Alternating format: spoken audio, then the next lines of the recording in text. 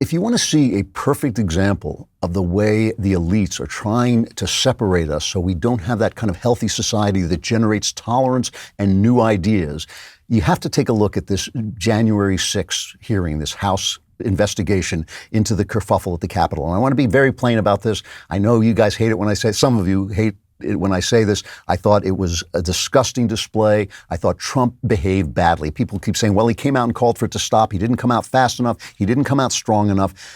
However, if you incited a riot, a race riot over George Floyd, a piece of incompetent police work that with no sign of racial malice whatsoever, that did not represent the way the police behaved, if you incited a riot from that and you covered up the riots, or if you said the riots didn't spread COVID where Trump rallies did, if you're a Democrat, if you're one of these guys, here are the Democrats doing this stuff.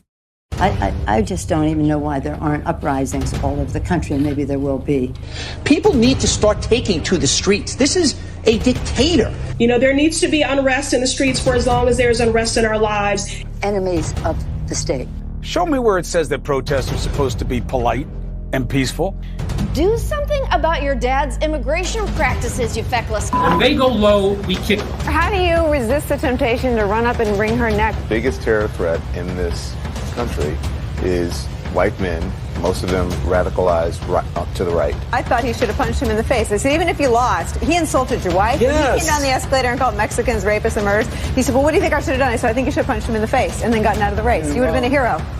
I'd like to punch him in the face. I said if we were in high school, I'd take him behind the gym and beat the hell out of him. Punch some people in the face! When was the last time an actor assassinated a president? They're still going to have to go out and put a bullet in Donald Trump, and that's a fact. January 6th was a shame, but if you're one of these guys, which is almost all the Democrats, you don't get to say jack diddly squat about it. You don't get to say, you got to shut your pie hole till you die. That's the problem with these hearings about January 6th, this kind of Reichstag fire about the whole thing, how it's the worst thing ever, and we need to investigate this and investigate that.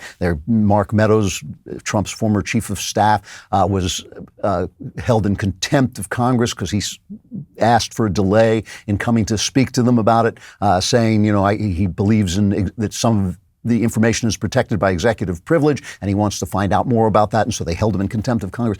You don't get to say any of this, and I keep hearing this stuff, sometimes from our side, the guys at National Review. I love those guys. They're smart guys. They're good guys. But Trump drove them a little bit insane. Kevin Williamson, very, very bright man, he writes this piece saying that the January 6th riot was different than all these other riots because it was more politically motivated, where these other riots were just looting a Target store. Well, no, those race riots that were started by the left and organized by Black Lives Matter and incited by all those people, they were political violence by remote control. They were controlling people and getting them, excited and ginned up over nothing, really nothing, and then intimidating people with that violence. So it's all about, and all this stuff about a racial reckoning. I mean, this is the thing that drives me crazy. I don't know if I love living in a multi-ethnic country. I'm proud of my country, that it has such great values, that it brings people in and they want to adopt those values and join the American gang. I love that about it. I have no problem with that, but it's still mostly white, and I think when I watch television commercials and there's no longer allowed to be a white couple, every couple has to be mixed race. When I watch movies, and even if the movie takes place in 18th century London, there's some black, lord or something like that, and I just think like I'm being preached to by people in Hollywood, right? And so I'm thrilled that they have taken time off from molesting child actors and chasing their interns around the room and kowtowing to the genocidal slave state in China to lecture me about morality, because some people turn to Jesus, some people turn to Socrates, but when I want to know about ethics, I turn to a movie star who just got out of rehab before marrying her third husband, before declaring she's actually a man. That's who I want to hear my ethics from. It's all fake. It's all fake. This country does not have a problem with racism. The human heart has a problem with racism, but this country doesn't. It's all about this violence and power. So when I see this January 6th hearing, I feel the same way. Yeah, okay, I get it. It wasn't a good thing. Trump should have handled it better. It was wrong. But you have no right to say it. So they have this moment where Liz Cheney, who I feel that she wanted to impeach Trump. I think she started out acting in conscience, but now she's stuck. And so she's stuck in this party where she's obviously not going to remain. And she had this moment where she reads from material that Mark Meadows had handed over. She reads text messages from Laura Ingraham and Brian Kilmeade and Donald Trump Jr. Here's just a little excerpt of this. According to the records, multiple Fox News hosts knew the president needed to act immediately. They texted Mr. Meadows, and he has turned over those texts.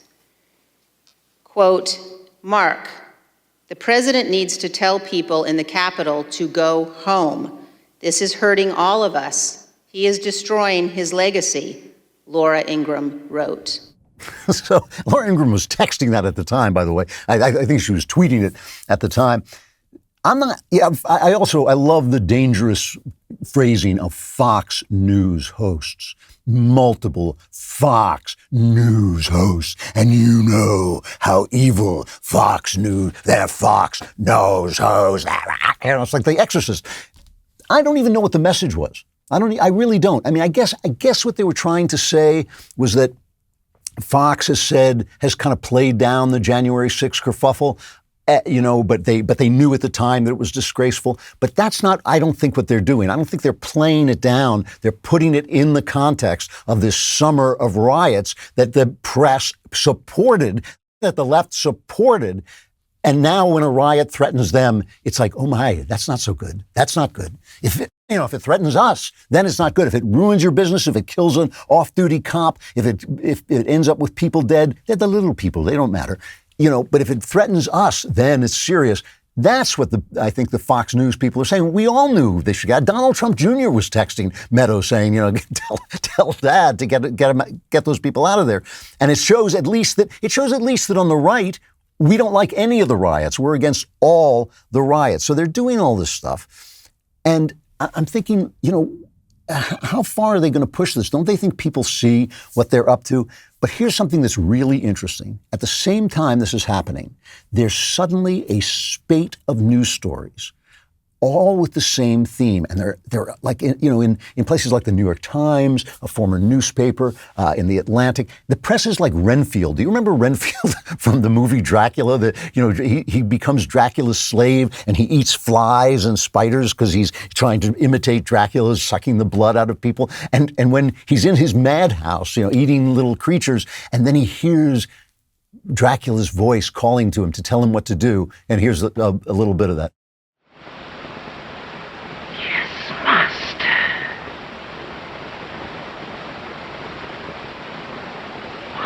You've come back. That's what they're like. After Trump was gone and Biden was in, it's like, Master, you come back. What should I write in my newspaper? Suddenly, as this hearing is going on, there are all these pieces like how to tell. This is from the New York Times, a former newspaper. How to tell when your country is past the point of no return. And what he says is he talks about 8 articles published by the National Academy of Sciences. And he goes down the articles, and every single one of them is about the Republican threat, the threat by the Republican Party against democracy. Barton Gellman in The Atlantic, he has Trump's next coup has already begun. He says technically the next attempt to overthrow a national election may not qualify as a coup. It will rely on subversion more than violence, although each will have its place. If the plot succeeds, the ballots cast by American voters will not decide the presidency in 2024. Thousands of votes will be thrown away or millions to produce the required effect. The winner will be declared the loser. The loser will be certified president-elect. In other words, they're telling you ahead of time, we're not accepting the results of the election if we lose. Now, these are the same guys who changed all the rules for voting because of COVID. After years of telling us that mail-in votes allowed more fraud in the New York Times, they said it repeatedly. Suddenly, oh no, mail-in votes are the safest possible votes you can have. And of course, NBC, which is MSNBC without the Ms., has John Heilman on Face the Nation, and he says, every word of this article is absolutely true. There's got 3. The strength of this Gelman piece is it lays out, first of all, the extraordinary reality that there's this research that shows that something like at least 8%, and maybe as many as 12% of the American people now say that Joe Biden was illegitimate and that violence is an appropriate tool to removing him and restoring Donald Trump. That's somewhere between 20 and 30 million people. That's a mass movement in America in favor of political violence, which is a new thing. We've had political violence in America before, lynching, many things over the course of time that African Americans suffered from. But this is 30 million people right now who are ready to take up arms. You put that together with what the president, the former president, I should say, and his allies are doing in the political realm. Yeah. State houses, state legislatures, and the party apparatus to be able to engineer a situation where they are in a stronger position to pull off a coup in 2024 than they were in 2020. That's not hyperbolic at all. Those are all facts. So the people who are telling you that the next election is going to be stolen, who told you that the last election when Trump won was stolen by the Russians, was engineered by the Russians, but the threat to America is Republicans who think this election was stolen. I mean, it's almost, the self-blindness of these people is almost hilarious. The people who ran Russian information paid for by Hillary Clinton to tell us that Trump's election was illegitimate are now telling us that the danger is from the right. These are the people who started riots and then covered them up saying they were mostly peaceful. They don't like it when riots threaten them. The danger is from the right. The people who have Twitter and Facebook and Google manipulating information to silence half the country are afraid that that half is plotting against democracy, like, for instance, free speech. You know, again, these people cannot be trusted. They cannot be trusted. They mean this to happen. They mean to make the left afraid. They mean to make liberals afraid of us. And I think we have to start talking. I think we have to get down on the ground and start saying, you know, if you host conversations, let's host conversations between people who will talk to one another and won't use these stupid talking points and use words like phobia and racist and sexist, but will actually talk about the ideas and what's going on. Because I'm telling you, I'm hearing this more and more, and I'm hearing from other people who talk to liberals that liberals or leftists are pulling people aside and saying, you know, this has gone too far. This is out of control. It's gone too far. They are just as afraid of these guys of the left as they are of the right. And that's what they're fighting against. They want to make sure that we're afraid of one another because they don't want us talking to one another, because once they do that, this country will no longer be sick. And when we get rid of the virus is these guys. Give us a like and subscribe if you like our content, and go and subscribe to The Andrew Klavan Show if you want a lot more.